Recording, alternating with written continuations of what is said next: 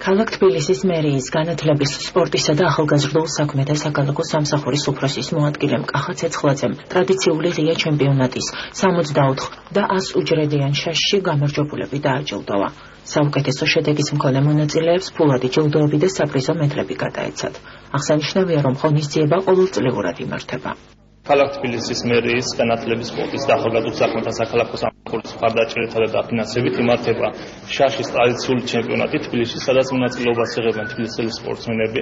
გარდა იმისა, რომ ეს არის პოპულარიზაცია ამ სპორტის სახეობისა, გამარჯვებულები მიემგზავრებიან სანქტ-პეტერბურგში მსოფლიოს ჩემპიონატზე. ეს არის ერთგვარი მოსამზადებელი სამუშაოები, ასევე ჩვენ გამარჯვებულებს დავაჯილდოებთ როგორც მედლებით, ასევე ფულადი პრიზებით. ჩატარდა თბილისის ღია პირველობა შაშში.